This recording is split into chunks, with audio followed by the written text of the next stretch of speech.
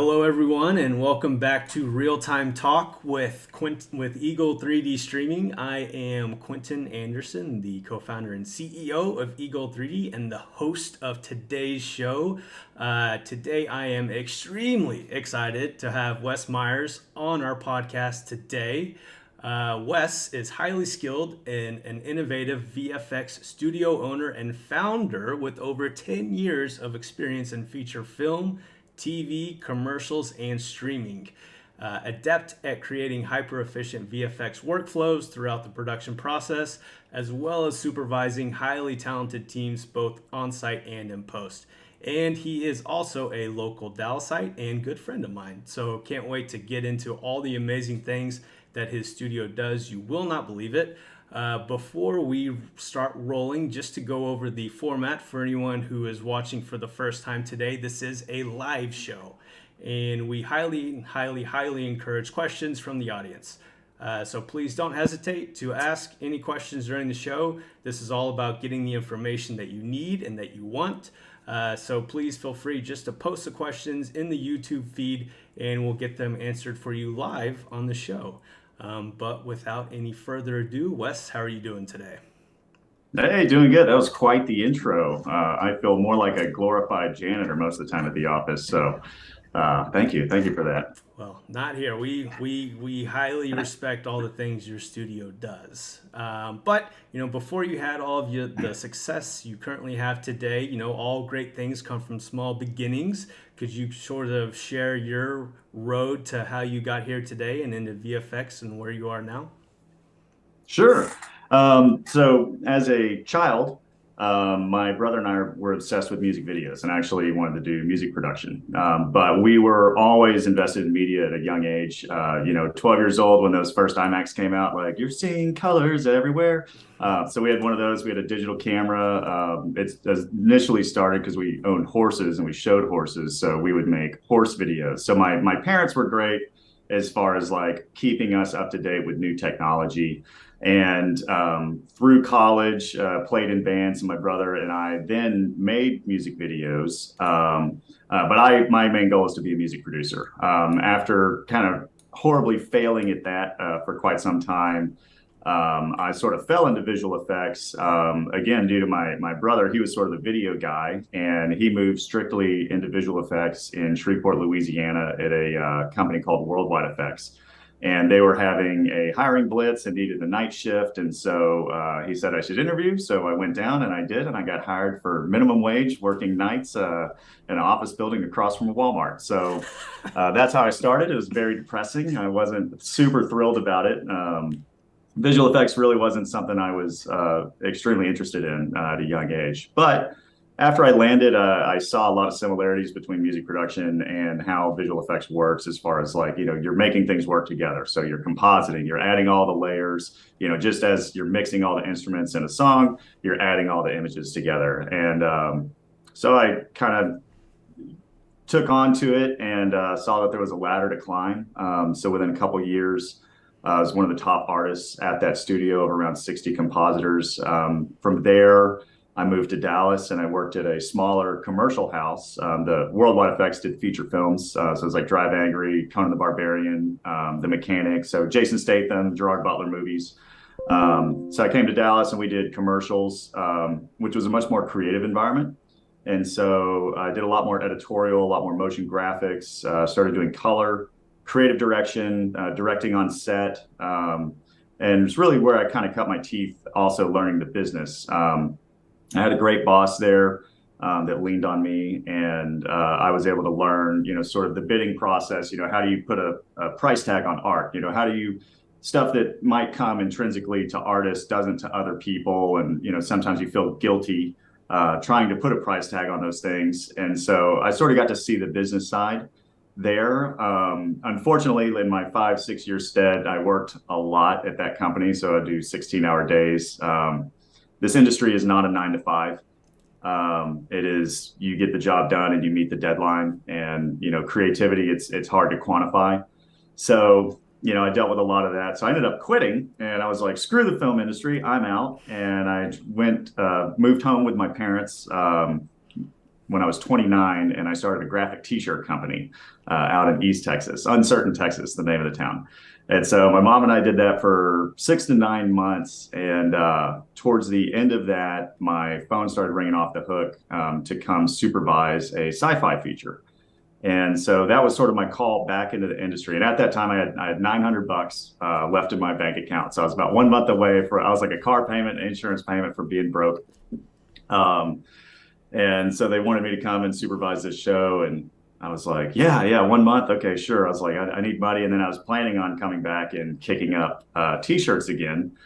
And sort of what ended up happening is my job was to not only supervise the visual effects, but also do the vendor negotiations with the companies that were going to do the visual effects.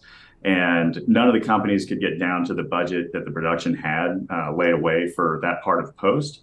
And I knew that it was something that was in my wheelhouse that I had many years training doing. And so I ended up splitting the post work between the lowest bidding vendor and myself. And I used that first allotment of cash to start buying machines and buying software. And that was essentially how Burning Tractor got its start. And so I went from essentially flat broke to almost making more money than I had in a year in the next few months. Yeah, and that's an awesome story just because of the entrepreneurial aspect, which is such a part of the American dream and what the United States is about.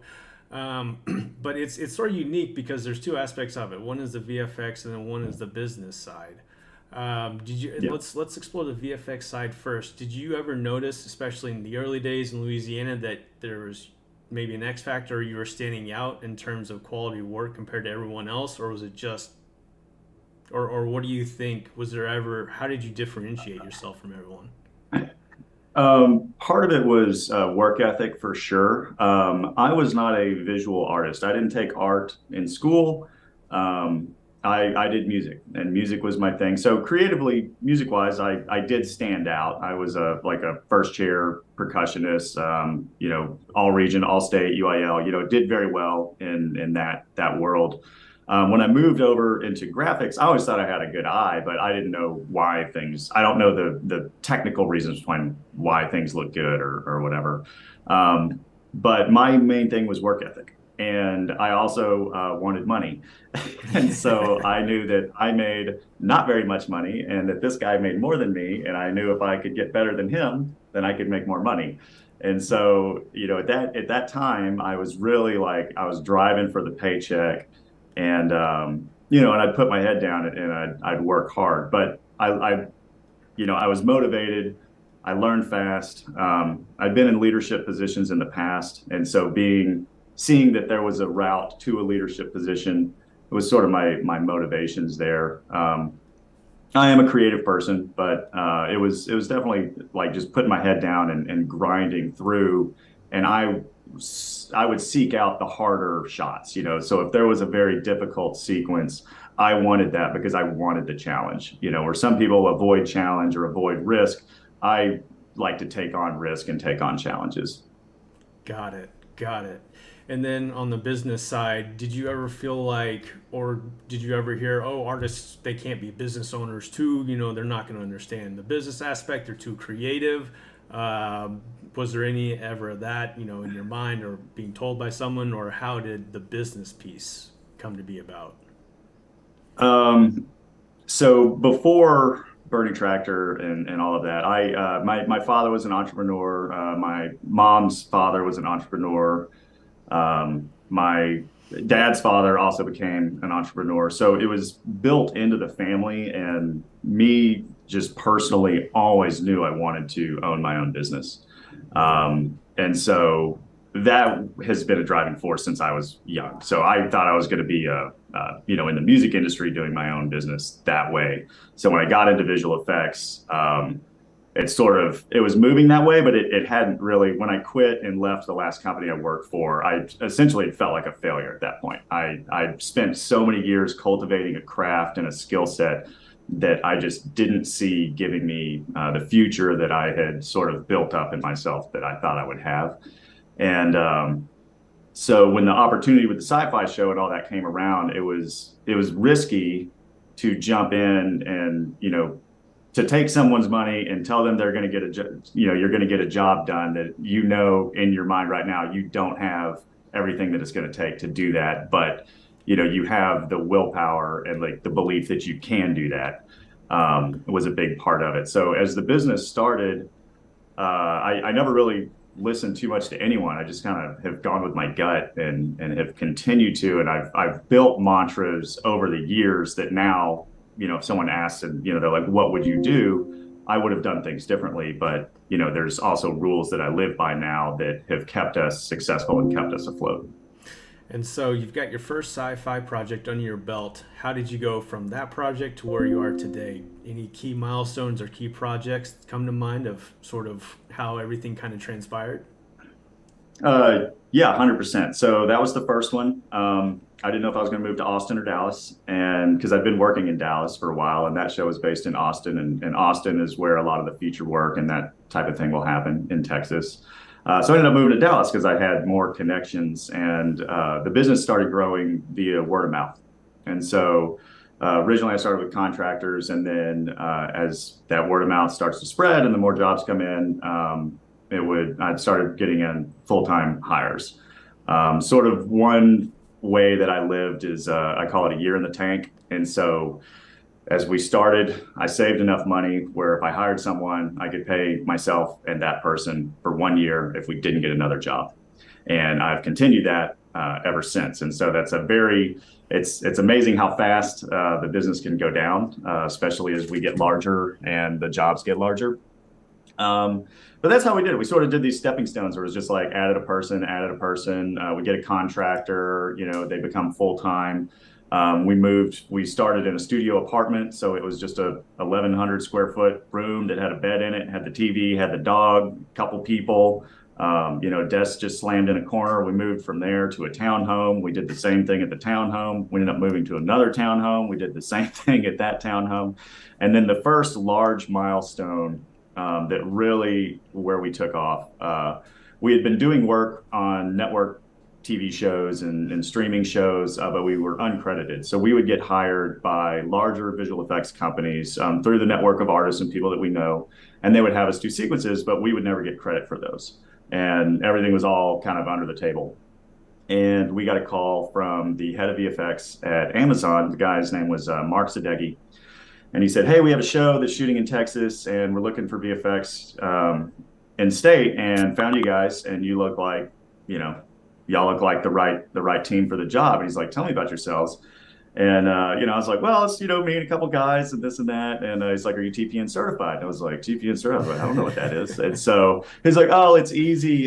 Just get that done. And yeah, we can probably get you on the show. So TPN certification was not easy. He was blowing smoke, but this was our first full 10 episode, 7-figure job, essentially, over, 2-year long project. And we had to get an office space. We had to get cybersecurity. We had to get cameras. We had to get physical security. We had to upgrade our servers. We had to buy machines. And so it was a huge investment, almost a six-figure plus investment, to get all of these ducks in a row in a matter of a month and a half so that we could take on the job before Amazon just goes, all right, we're going to give it to the mill, or we're going to give it to Fuse, or we're going to give it to one of the other major players in the industry. And so, I really appreciate and still, the executives at Amazon at that time that gave us a chance and believed in us to take those steps to push to that next level. I thank them to this day, because that was the first major step that made us as a studio now capable to take on anything, where Disney can send us a show or Marvel can send us a show, and all of our ducks in a row. Because if Apple's hiring us, we're going to get audited. And so there's a lot of infrastructure, cyber and physical infrastructure that needs to happen. Whether or not you're talented or not, you have to have so much else in place to become a major player within the industry. Yeah, and like they say, opportunities when luck meets preparation. Sometimes all it takes is a chance. Do you have any examples of work that you could maybe share? Sure. Some cool things that we have a. Awesome. Yeah, we have a reel in the works. So this is not public. It's not on our website. But this is newer things that we've worked on, which are pretty exciting and fun projects. So let me do this. Sweet. And I will share for you guys. This is like the first official preview, it seems like, of it. Oh, wait. Let's see. Just a second. Let me look at the... There we go. Ready? Yep. You're live. All right. So we got to take a piece off of Stranger Things this year, which was very exciting. So how was that? Was it So cool we were working on that show? very cool. You know, we get to do shows, and then having an iconic show like this just show up at the doorstep, you know, out of the blue. Like it's at 90% of our business, we get word of mouth. And so we were talking about another job, and they were asking us about our studio and our capabilities. And, you know, I was talking to the producer, and he goes, "Oh, really? Well, do you want to work on Stranger Things?" I was like, "Yes, I do." So we worked on the last 2 episodes of that. This is some work we did for C. It's Apple production. So they're in this show, everyone is blind, and so all of the eyes are done in post. Wow. This is another show, the morning show. People may recognize a lot of blue screen work.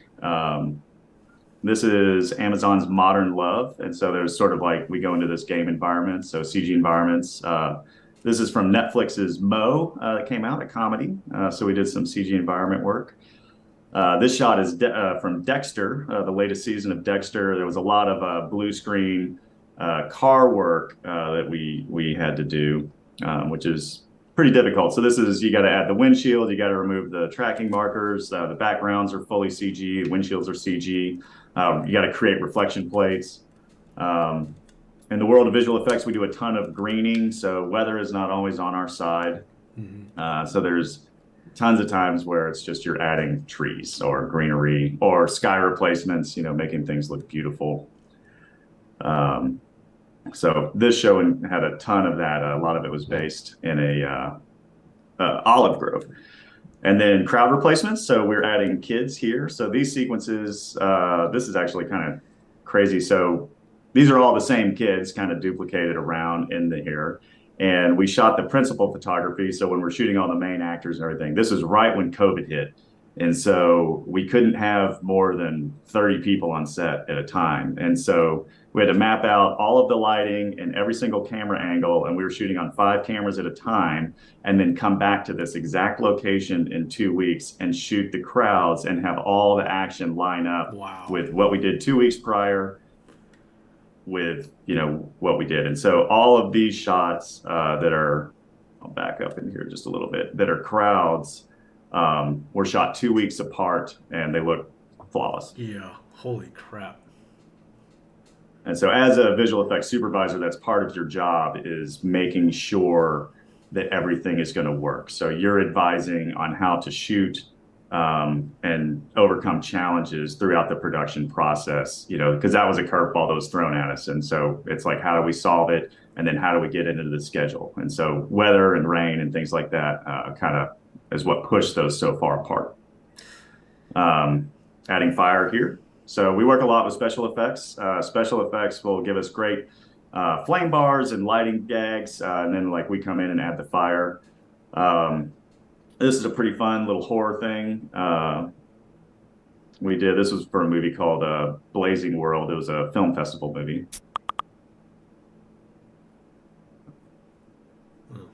We kill people a lot in our industry.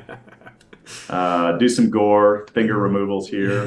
This one's a very tricky shot because we had to rebuild her mouth here. So her finger had to be removed, but her finger was covering all of this area. Right. So all of that has to be rebuilt and look good.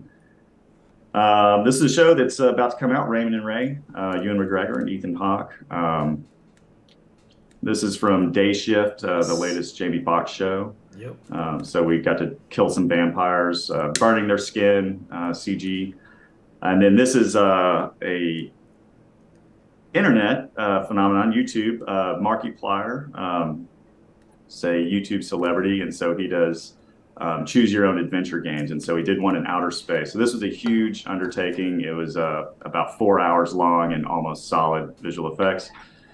And there's our tractor. This is a work in progress reel. So eventually we think that thing's going to drive out of that explosion. So, but yeah, that's some of our recent work, which is pretty fun. Yeah, well, bravo. I mean, obviously you're operating at a very, very high technical level, and there's a lot of tools in software that you're probably considering, using. Do you ever see Unreal Engine being a part of any of your workflows and processes at your studio? Yeah. Oh, yes, definitely. So ever since Mandalorian came out, do you guys do the Unreal? Do you guys do the Unreal? And so we're like, we got to do the Unreal right now. So we definitely jumped on board very quickly with that.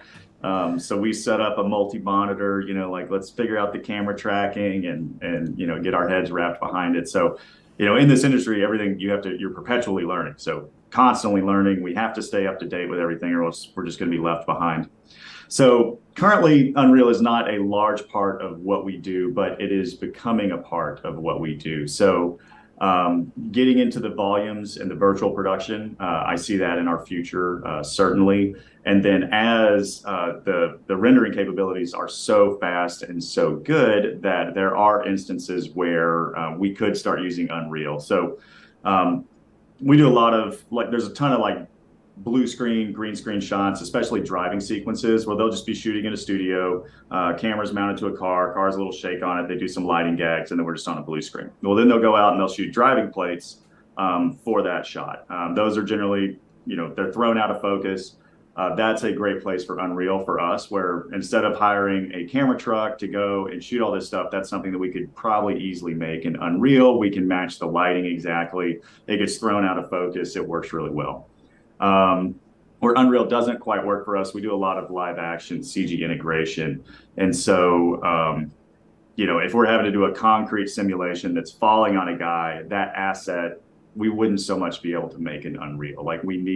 We have to match what the camera looks like exactly. That's the grain, the defocus, the bokeh, the lighting. And so, with the 3D software that we use, it offers up so many render passes. And so instead of just having a beauty of hey, this is this concrete falling, we have point position. So we can pull a matte out of an XYZ value of that image if we need to mask this so that it goes over the rebar a certain way.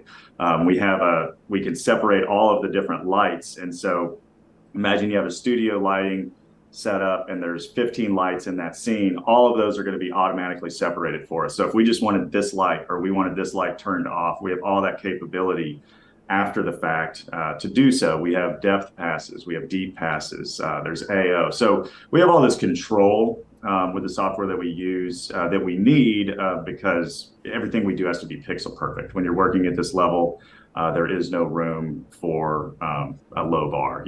Everything has to be good.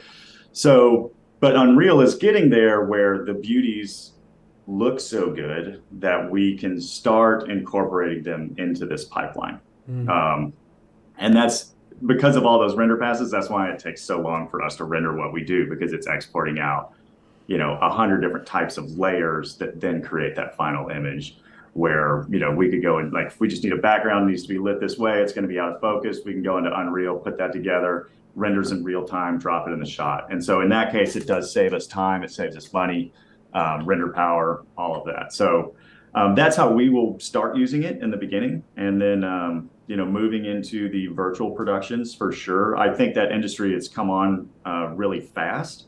And I'm really curious to see how the LED industry changes. I think the pixel density is going to get smaller. They're going to get lighter.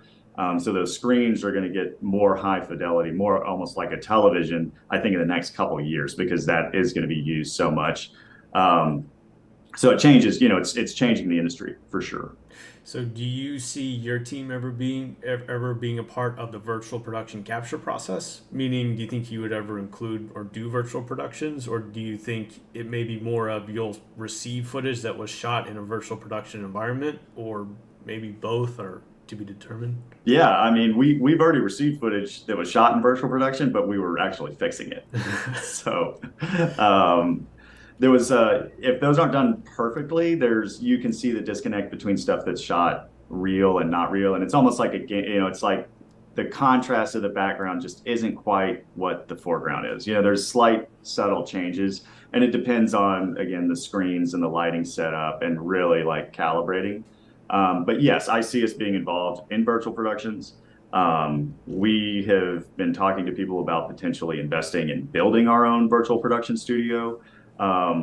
I would still like, kind of like I mentioned, I'd like to see how the technology changes now that that has come to life, because, now, again, the LED panels, that's really going to be a major key of, we have such nice digital cameras, film cameras, that they're going to catch any flaw that's in that screen. So making sure that those can output the amount of light, because that's, they'll get brighter, so that you're using less on set lights. Because if you're filming a sun in real life, I mean, that's going to be super hot. It's going to throw flares. If you're filming a sun on a virtual production screen, it's going to feel flat.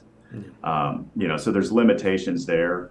But I mean, it's an incredible tool, working in concert with production design. So you have your set that's in the beginning, and then your fall off background is in those screens. I mean, that's incredible. I mean, it just offers up so much, and done properly, done professionally, it's an incredible tool. And so I see us, maybe moving into one. I see us working with them more in the future. I see us building assets for other shows that will be using them. So there's a whole lot of business opportunity around virtual production. And honestly, as a business owner, I want to diversify our company as much as possible.